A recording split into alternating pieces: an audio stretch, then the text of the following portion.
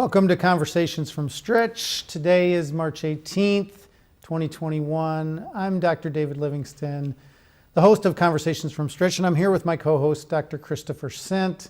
Just a few quick announcements that I want to make. I know last weekend was a shortened, really a spring pause instead of a spring break, but we really hope that you enjoyed a little time away, a little bit of time to rejuvenate. There are, after this week, so starting Monday, there are 6 weeks left in the semester, which is amazing to me, and a lot to fit into those 6 weeks. So we are actually very excited. We're excited about today's show, but we're excited about the next 6 weeks because there's so much that is going to be going on campus. I really hope as the weather changes that many of you are able to enjoy the campus, get outside, enjoy the athletic contest. We'll talk a little bit more about that, but there's also, the nature trail. The campus is beautiful in the spring. Our facilities people make it just, it's just a gorgeous place to hang out and enjoy the changing weather. So I think I will turn it over to Dr. Sint to talk a little bit about some of the things that are going on with COVID, but just as a transitional piece, there are a lot of announcements that are happening today. Have happened yesterday, some things about issues between Chicago and the state of Illinois. And I would say, in general, we are excited about what we're hearing from the federal, the state government, and some of the local governments about the potential about what's changing in terms of COVID and the vaccine. So, Chris, thanks for being here again. Great. Hello, everyone. Great to be with you this afternoon. And yes, I think that the Governor Pritzker is having his weekly press conference right now as we speak. It's probably happened a few minutes ago, but we haven't seen it yet. But I believe he announced today, has just announced that Illinois will be expanding vaccine eligibility and lifting some current COVID-19 restrictions. So more details on that as we find them out. It's a sign that we are, headed in a great direction and safeguarding our community against COVID-19 all across the state of Illinois. As we take in this information, our leadership team and others will look closely at whatever new guidance comes out of the state and consider their effect on the university community. Changes to our mitigation efforts and procedures will be announced as we go forward in the weeks to come. One thing that's happening today is that testing is COVID-19 testing is taking place on the Romeoville campus this morning. A reminder that if you have traveled in the past week, please consider getting tested at a local testing site, consider quarantining, restrict all higher risk activities for a couple of weeks as you're getting tested, and consider symptoms that you get, even an unusual headache or fatigue, as indicating a possibility of infection, and seek additional testing or contact our COVID-19 hotline team for advice about that. As always, remember to live the flyer's promise, do the symptom screening on the app, and if you're coming to campus, and contact the hotline team with any questions. That's all I really have to say about COVID-19. That's great. And, we're really looking forward to those, learning more from the governor's press conference. It's likely that everyone over 16 will be eligible for vaccinations starting in mid-April. That's probably the headline of today's press conference. So that we're excited that many more members of our community will be able to start making their appointments for those vaccinations. Yeah, and before I start with some of the other things on campus, Chris, I would just say that we also want to recognize that we do have 3 campuses. We have employees that live all over the Chicagoland area, so there might be different regulations for our employees and our students that live down in New Mexico. And some of our employees live in Chicago, and we know that there's going to be different regulations for Chicago. So the one thing I would say is just pay attention to your local jurisdictions in terms of how that's being handled. Because there was some news out yesterday that Chicago is going to create this kind of 1C category that the state of Illinois may not, and that they're including higher ed employees in that. So if you live in Chicago, just check your own ability to potentially get a vaccine because you live in Chicago. But as everybody knows, both Oak Brook and our Romeo campus are not in Chicago proper, but some of our employees live there. But lots of, as I said at the beginning, so many exciting things going on campus. So I just want to talk about a few things that are happening on campus and then turn it back to Chris. He's going to talk a little bit about what's going on athletically on campus. But congratulations to a couple of our math majors. Joe Drozik and Megan Vesta were honored with the Illinois Section Mathematical Association of America Outstanding Undergraduate Research Award. That took place on March 12th and 13th at the association's annual conference. And also congratulations to their professors, Brittany Stephenson and Amanda Harsey. Great accomplishment in terms of guiding these students along. But at the same conference, Dr. Stephenson was honored with the 2021 ISMAA Early Career Teaching Award. So obviously Lewis is a place that prides itself on excellent Lasallian pedagogy. And so to have that award received by one of our junior faculty in her early part of her career is really exciting for us because we take such great pride in our teaching. Congratulations also to another one of our professors, Professor Jamil Mustafa from the English department, who served on the organizing committee for the annual conference on International Gothic Association, which took place last week. This year's theme was Gothic in a Time of Contagion, Populism, and Racial Justice, which was hosted virtually at Simon Fraser University up in Vancouver. I was really honored last year to be able to speak to the conference that was held at Lewis University, actually the 2019, it wasn't last year's conference, 2019 conference. And Dr. Mustafa led that whole charge, took about 2 years to prepare that. And it was really a wonderful conference that took place on our campus. So congratulations again on his work for that community. In early March, 10 of our students from Lewis worked alongside middle school teachers at De La Salle Blackfeet School in Montana, in Browning, Montana. This year was an ongoing part of our collaboration with the school out in on the Blackfeet community out in Montana. It was virtually done this year, but our education students, others of our students and our Lewis faculty, they learned about what it means in terms of providing remote instruction this year, participated in teaching lessons and tutoring with the students out at the Blackfeet School. And we just want to thank Doreen Humber and Jennifer Buss and Ann O'Brien, who coordinated the collaboration that is ongoing with Blackfeet School out in Montana and a part of our Lasallian network. I also want to make people aware, tonight is the virtual talk for the Women in Art at the Field that has been open for a couple weeks. Dr. Sint and I walked over there after last week's show. And if you haven't been over there, it's open till tomorrow. So I would highly recommend that you get over there. But if you can get on for the virtual talk tonight, you'll hear a little bit about these incredible artists and the way that they portray the natural world. So it's a beautiful exhibit if you haven't been over there.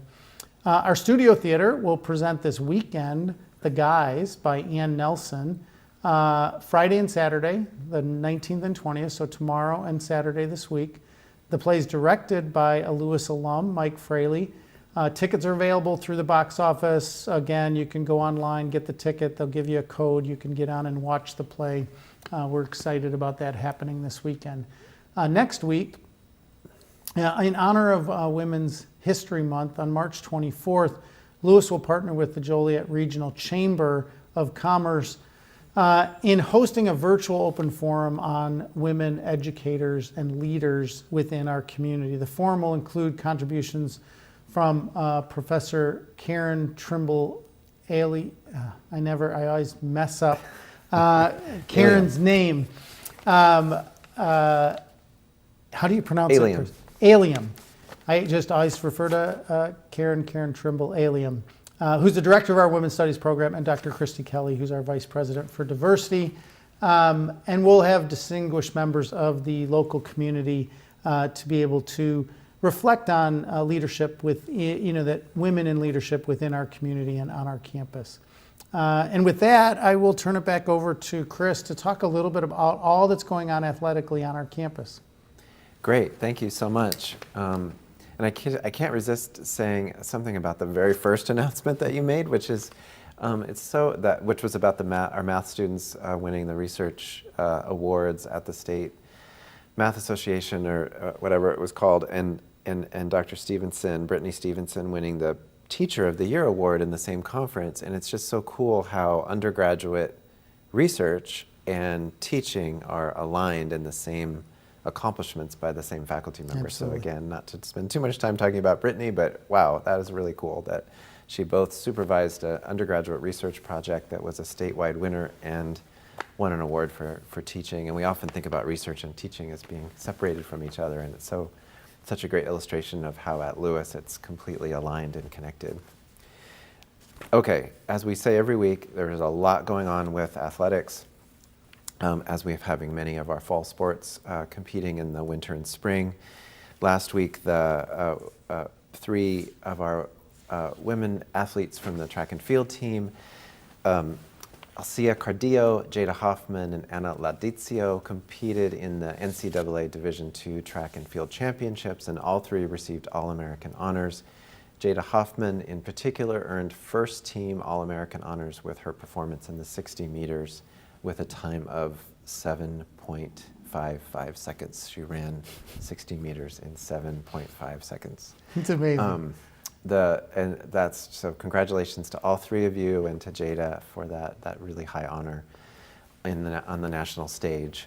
The men's basketball team seasons came to an end last weekend with a loss to Southern Indiana in the first round of the NCAA Division II National Championship Tournament. Congratulations to the team and the coaches for a great season of basketball.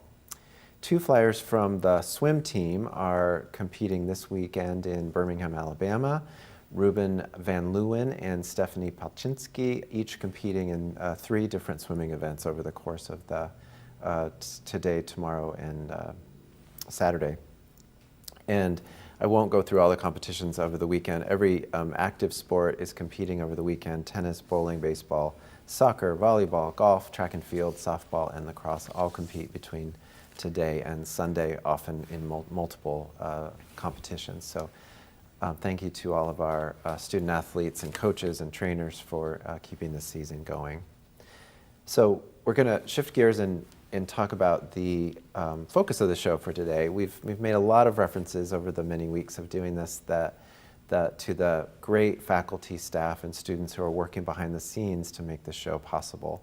So we thought for the focus of the show today, we could turn the focus of the camera on them a little bit more and learn a bit more about how productions like this are part of the learning experience of our students in radio and television and the communications department in general.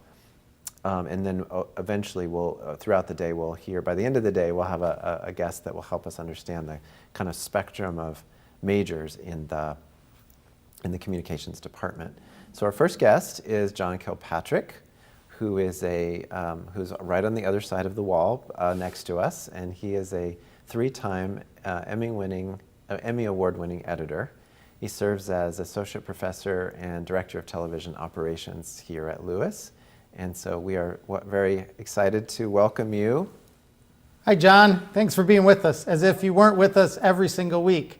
But we love to see your face because usually I just hear your little voice before we start the program. So thanks for joining us in studio. No problem. A little odd for me. I don't like to be on this side of the camera. Yeah, so tell us what we're looking at, John. Well, right now, obviously, during the show that you're doing, we see all the cameras in here. I can actually see the rec center or Neil Carey, but I'm controlling this switcher and donated switcher from Nexstar Media Group this last year, so it's a great gift that they were able to provide us, and I can control who's on camera and what everybody sees back in their office or at home or wherever they're watching the show. So could you talk to us a little bit? I know we're going to have Carl on in a second, but just from your perspective, John, and maybe I would love to hear you talk about maybe when you were 19 or 20 and thinking about this business, or I don't, but I'd love to hear a little bit about how you got into the business and whether you had the experience that Carl has. That is, you're sitting here now as a professor and teaching our students.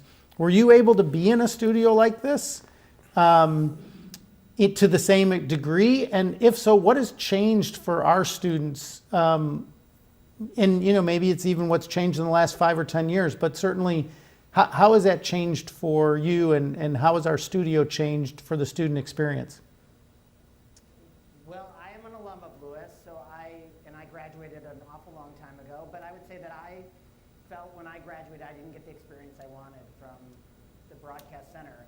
And so I got an opportunity to teach as an adjunct and really fell in love with the teaching aspect of it, and really wanted to make sure the students got so much more out of the curriculum. And so, yeah, I mean, right now, we were originally started here at Lewis. The TV department was in part of Fitzpatrick Hall. It's a much smaller facility. It was obviously brand new. I hate to say it was like 1987, so it was really a long time ago. And what I think we do now, compared to what we didn't do back then, is we really push the student involvement and activities. We're not only, like you mentioned every week about sports, and obviously sports are really a lot for our students to do. We're doing, on average, 3 to 5 sporting events a week, and that means that we're crewing it. We have students are being camera operators, and somebody's running the switcher and controlling the graphics, and then they actually are doing all of the roll-ins, and then we do the announcing part. So we're not all about behind the camera, but we are in front of the camera. Some of the students in the curriculum are broadcasting majors, so they want to be in front. They want to talk about a sporting event. They want to talk about other activities. We also teach our students all about radio, so they're not just TV, but they're a radio television major, and you get really well-rounded that way. And beyond that, I mean, obviously that's all pre-COVID when we were only focused a lot more on sports. Now, since COVID happened, my students are 10 times busier. I mean, and they really can be so active. We say that when a student comes into this major, you can get as much out of the major as you want, and it's up to you. It's by how much you're going to put into it. So we really encourage our students to volunteer. Like today, our students are out doing things.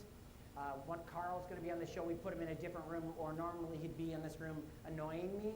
But we really want the students to get a lot of experience, because they're going to make mistakes in college, and that's where you should make mistakes. You should make mistakes pushing the wrong button on the switcher, or having the wrong audio queued up. And that's something that they'll learn from, and it's learning by fire, but it makes the most sense for them. So, yeah, so I mean, we do a lot about technology. Obviously, we're technology-based, but we just push our students to get really involved. And it's on a volunteer basis. So we have, obviously, there are things they have to do for classes, but then students sign up for all of the sporting events, and they sign up now for all the arts and ideas events that we're doing, and they're signing up for doing this show. So it just depends on whatever is going on campus. We're going about. Next week we have a mass to do. So just random events are coming up because people are not unable to get together, but we still want to be part of the community. So now we're streaming everything, and everything is streamed to the web. Yeah, it's great. And thank you to you and the students, because it has made our campus still feel connected. This media and communications on one level, maybe Hayley will talk about this, is about connection, right? Mm-hmm. It's about staying connected, and you've allowed us to do that. Yeah, and I feel like we take it for granted now, but almost so many of the things we talk about, like the art show that you announced earlier today, it's not something we used to produce in this way. We used to be able to, you had to go live to watch it, and now it's something that John and his team and the students are helping us to be able to see virtually, as well as the arts and ideas that we've talked about, and the sports and so on. So John, can we ask you another question? Yeah, go right ahead. I guess our last question before asking Carl to join us would be, how much of this do you imagine continuing into the future after COVID is over, in terms, we've really learned about ways of capturing live performance virtually and recording performance as well. So how much of this might continue, and how much would be beneficial to the students in the program to continue? Well, I think that's the key to it all, is that so much more is going to keep growing in the industry, and it's going to continue to grow. And it's not just about our campus, but as students leave, we're trying to make sure that they're ready and prepared for the careers that are going to happen later. We're always talking about continually learning, and we try to tell the students they have to continually read and reach out and come back and ask us questions. But so much more is happening, and so many more people want to stream, so many more people want the production value. They don't want to just, open a computer, and that's the only way they're going to broadcast. So I think it's just going to continue to grow. I know Hayley's going to talk about majors, but we do see the growth of our industry. Everybody thinks that, well, TV maybe doesn't have a lot because people are unbundling or they're cutting the cords. But all of those streaming sites out there need programming, and Netflix is always looking for new programming. Apple TV, and now you've got Paramount is starting their own channel, and Discovery has Discovery Plus. So there's all these programs that are going to have to be created to keep content available for all of the people out there to watch from home. They're just not watching on their TV, they're watching now on their computer or their phones. That's great. Thank you so much. It'll be really interesting to see how this evolves over time, both in general in the industry and on our campus. So we'd like to now bring on Carl Zahn, who is typically with us at helping to produce the show. Carl is a junior and a major in radio and television, and so Carl, I think he's in our radio studio right now. So we would love for Carl to join us. There you are. Welcome, Carl. Good to see you. Thanks for joining us, Carl. Thank you so much for that. In a different kind of way this week. So could you just give us a little of your background, Carl? And so, like, I grew up here. I decided to come to Lewis, and just a little bit about what brought you into this major. And did you know it when you were 17, or did you figure it out once you got on campus? I'm from just outside Detroit, in a suburb of Detroit. I really had no idea what I wanted to go into after high school. I knew I liked music, and I knew I liked kind of performing also, but at the same time I loved technology. And one day I just was looking through like different majors and all the big colleges and stuff like that. And I saw radio and TV broadcasting. I was like, oh, well, that sounds pretty interesting. Like I should probably just try that. And basically from that day on, I just only looked for radio and TV broadcasting in schools. And when I went to other schools, I was always asking, like you could just tell with this major, everything is experience. So I knew that the more experience I could get somewhere, the better I would be off in the future.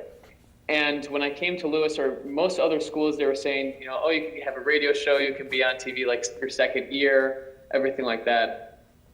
I came to Lewis, and I met John Carey, who's one of the main professors in the radio and TV major. And he said, you know what, like we'll have you on air, have a radio show your second week here at Lewis. And I mean, basically once I heard that, I signed the papers right then and there, and I just knew I had to come here. And did you, and let me ask you this, Carl, did we fulfill our promise? Did you have a radio show your second week? Completely. I've had one ever since then. Every single Sunday. When I was first here, I did a 6-hour radio show on Sunday, and then school started to pick up a little bit, and I was like, okay, maybe I should just do 3 hours. But ever since that second week, I've had a radio show. So give us your 30-second elevator speech, or your little commercial for for your radio show. Like, what if we tune in to Carl's radio show? What are we going to hear? Why should we tune in? What's exciting about Carl Zahn's radio show? So I go by Country Carl, and my show is Kicking It with Country Carl on Sundays from 1 to 4. I play a lot of the normal, like Nashville kind of popular country, but every 30 minutes I send it back to the past, do Country Carl's classic collection. Wow. We hear some older country music ranging from Hank Williams all the way up to George Strait, stuff like that. So I guess if anyone wanted to listen or something like that, that would be my main thing that I can bring to the table. Is I don't just play the new stuff.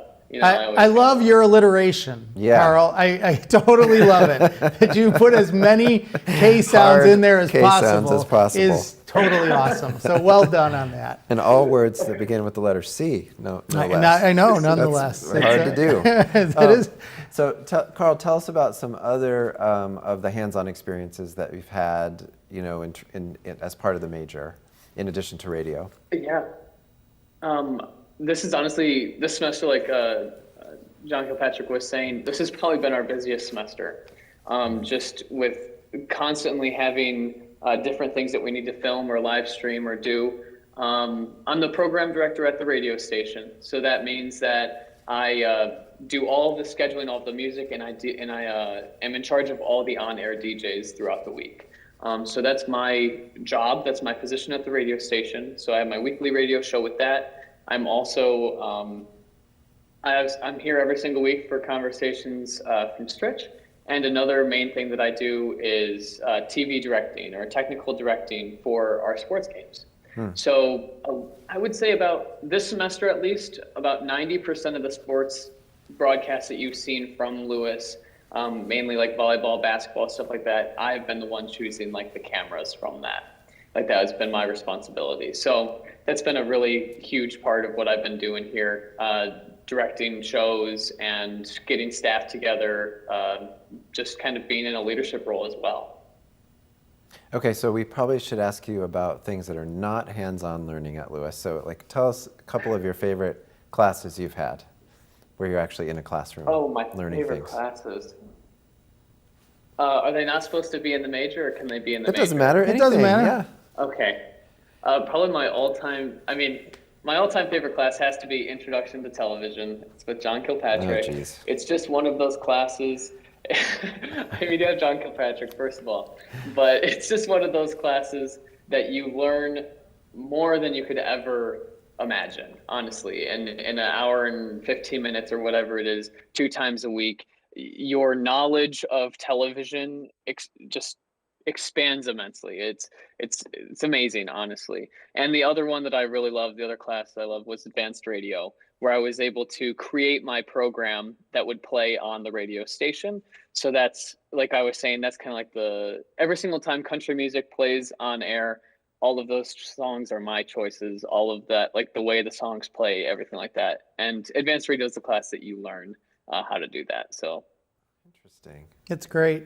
So, thank you, Carl. Thank you, Carl. So much for being with us, and we look forward to being in your care next week when you're back in the right room, and John's not alone in there. But again, thank you. It's so great to hear about your experience from a more broad perspective.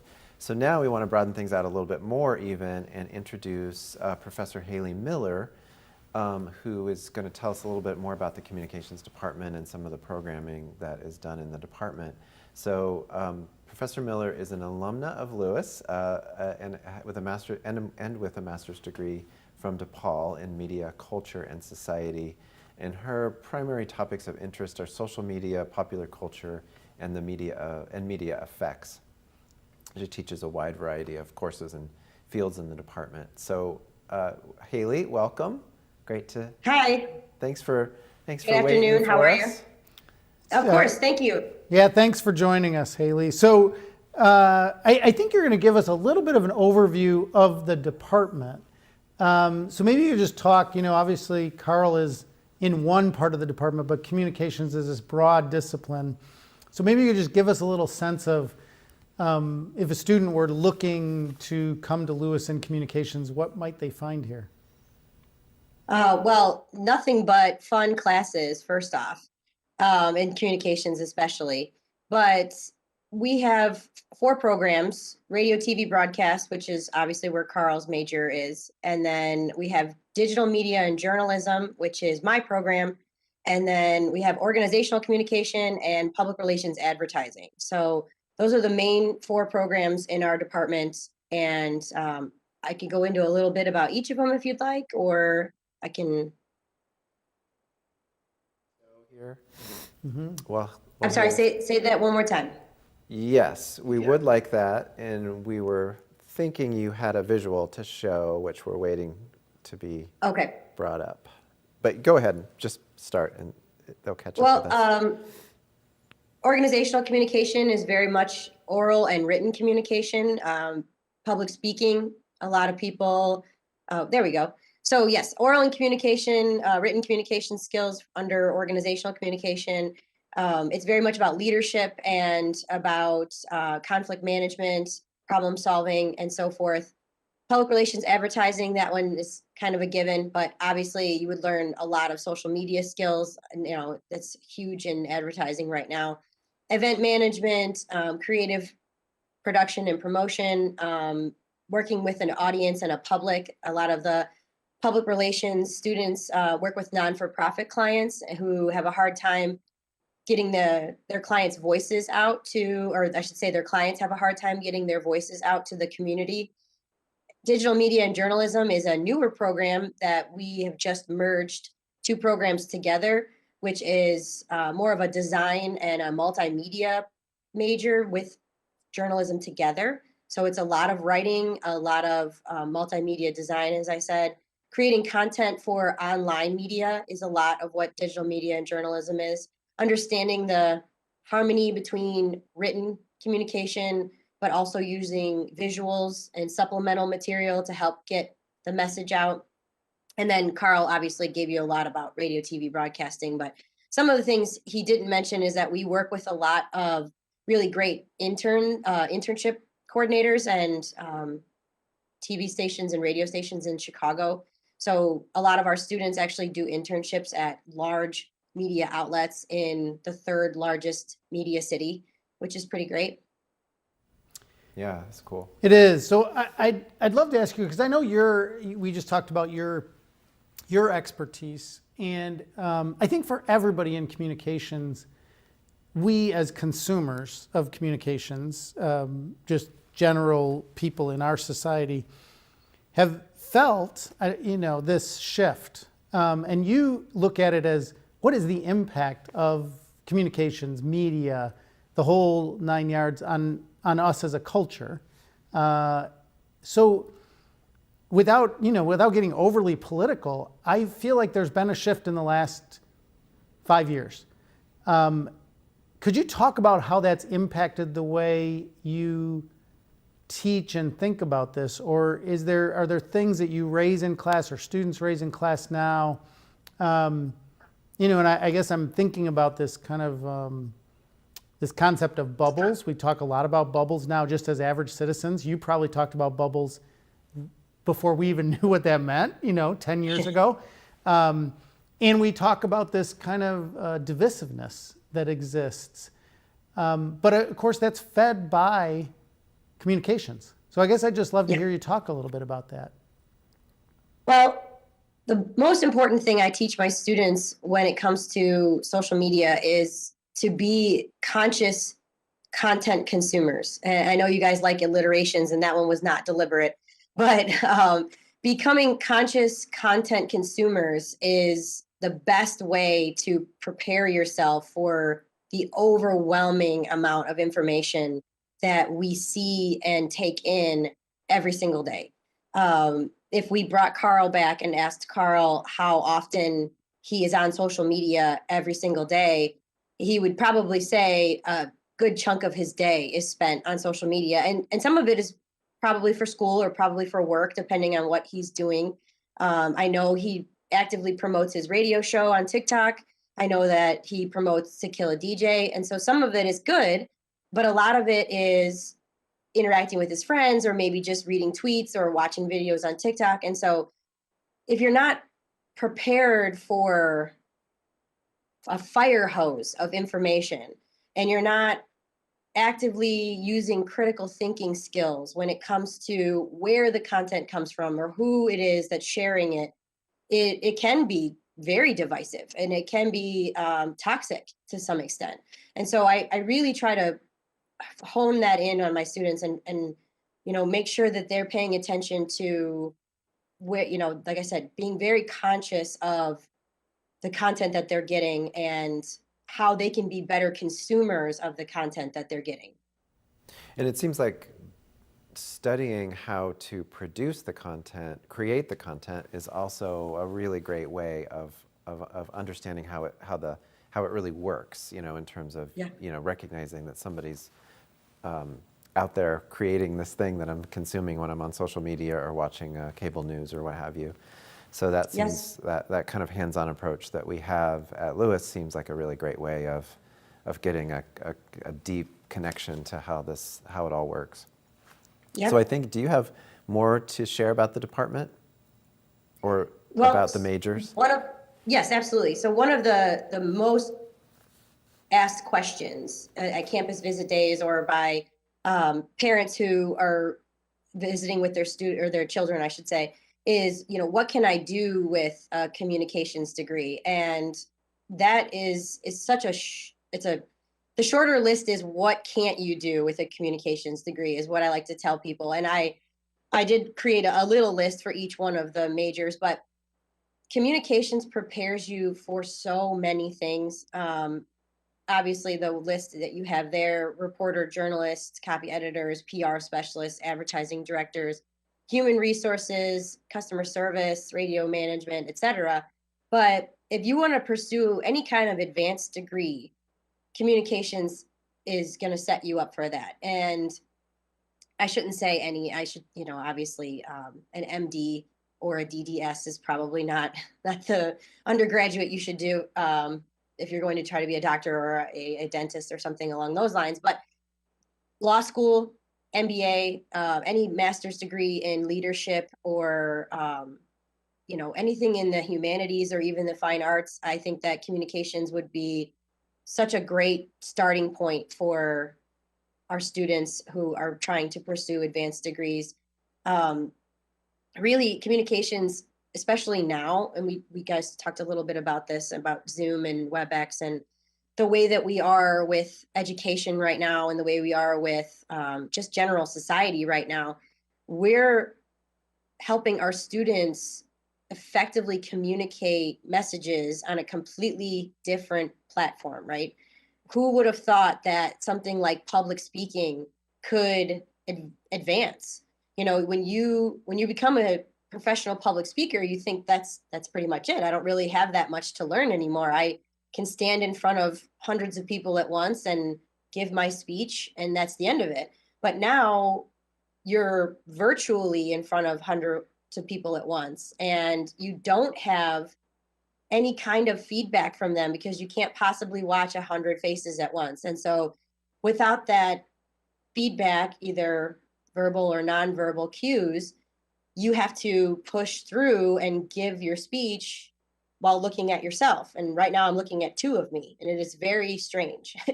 And so we're teaching our students the best way to effectively craft messages for not only in person, but for those times when you may have to give a speech to 50 people virtually and you can't see anybody but you. And so, I mean, You mean somebody like a provost or a president who does public speaking all the time, might have to learn how to do a TV show, something like that. yes. Yeah, that Yes, could happen. I'm told that they caught on pretty quick though. I don't know. We still need to be graded on this, but I will say, Hayley, that I'm so grateful for kind of the overall approach. And one of the things that Chris mentioned is just this notion of responsibility, right? The creation of content. So some of what you talked about is students will take a class and they need to learn how to be good consumers. But we also educate people to be producers, and what they produce has an impact on society. And so that responsibility is key. And I'm grateful for you and all of our faculty in communications that they are creating. You're educating professionals for the future who will understand the responsibility that they have and the way that media can be used to actually create a more divided society or a more integrated and hopeful society. So, and I really appreciate what you said, Hayley, about the career opportunities that come out of the major. We're in this studio now. We walk down the hall every time we come in here and leave here, and your colleagues who work in the building or in this area very often make us stop and look at the pictures of our alumni who have gotten jobs in the Chicago media market as broadcasters or behind-the-scenes professionals, and all in other markets across the country. But I also really appreciate what you said about how it's such a flexible major, and that can lead to many other professions and graduate fields of study that really depend on that critical thinking that we were just talking about, as well as writing skill and the ability to articulate oneself is just so valuable in so many different fields. So that's great. Yes. Do you have any last things you want to share before we go? I don't think so. One thing I will toot my horn about is that Jada Hoffman is a communications major, and so we're very, very proud of her in the department for her All-American, first team All-American. That's so great. It's amazing. And, as Chris said when that came up, I mean, she set a new school record, but also, just being, I think she ended up 7th or 8th in the country with that mark. So pretty incredible. Yes, and she's an unbelievable student too, and very active in student politics and student clubs on campus as well. She's pretty great. She is great. Absolutely. And we've had her on the show before. We've been we've seen her grateful to have her on the show. I want to ask you about something else, which is the poster behind you. Am I right that, and we did not prepare for this part of the show, but am I right that you are teaching a class or are going to teach a class about Harry Potter? Yes, actually, it's this semester, and so far it's been unbelievable. So tell us about it. What's the purpose of it? Okay, it's a interdisciplinary seminar that Lewis has started, and I mean, I'm sure you know this, but we are using popular culture and topics that students are familiar with in their personal lives to open the door for general education courses. And as an alum, I think I was about a sophomore when I realized exactly what the purpose of general education courses were.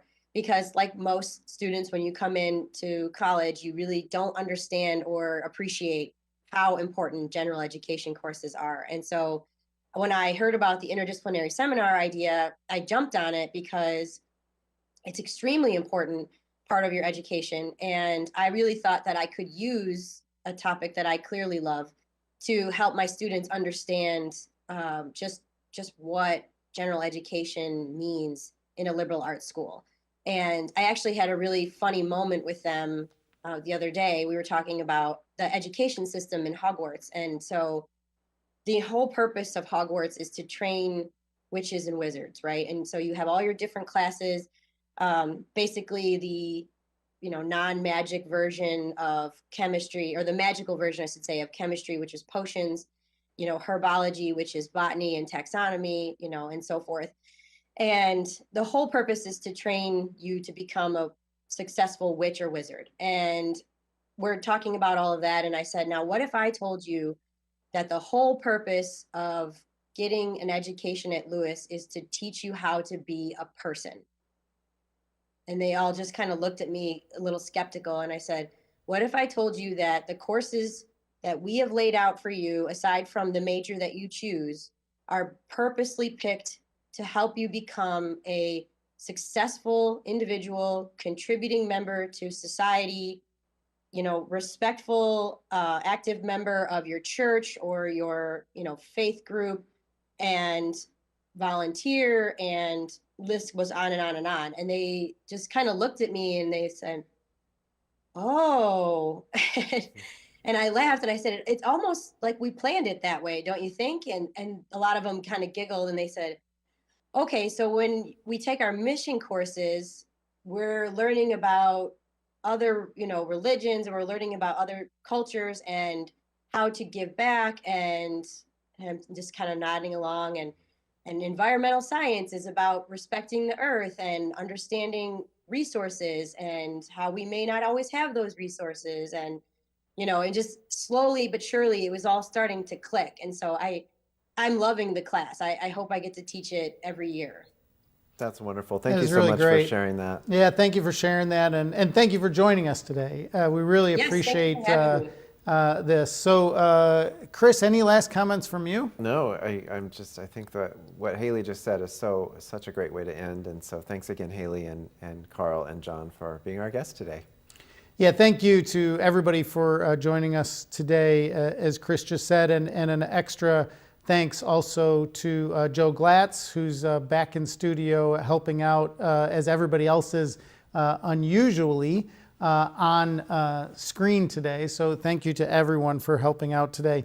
As we wrap up the show, we want to talk a little bit about next week. Next week, we will be focusing our show on another discipline in our many disciplines that we have on campus, and that will be approaches that we have to teaching and research in the field of criminal and social justice, justice law, and public safety. We'll be welcoming to the studio, or virtually to the studio, Mike Zagadlo, who's Chief of Police at Lewis, and Dr. Vesna Markovic, who's the chair of the Department of Justice Law and Public Safety. So we will look forward to seeing you next week. We hope you'll join us. It'll be a great show. There's so much going on in society around issues of policing and issues of justice. But thank you for joining us today. We hope you have a wonderful week ahead of you, and many blessings to you and your family.